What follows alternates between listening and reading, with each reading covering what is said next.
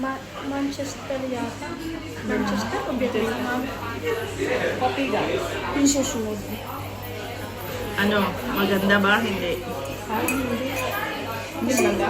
Hindi naman. Malayo na kasi yun eh. Hindi nyo rin mababantayan. Hindi nyo alam kung paano tumatak yung pen. Hindi siya masarap. Hindi rin. Hindi siya masarap ang pagkakape niya. Oo, parang yung kape nila yung breakfast. Nakulo ka lang yun. Mabuti pa yung, ano to yung maasim-asim na kape? Napansin mo yung lasa? Nawala tuloy yung ano, dahon. Mabuti pa yung ano, pakdo. Mapait na kape. Love mo Ito talaga yung maasim. pakdo. Hindi maasim yung pagkakape niya. Hindi siya kapeng mayaman. Naglinis ako dun sa ano, yung kay Timor. Oh. Di ba may kapehan siya? Inaral ko.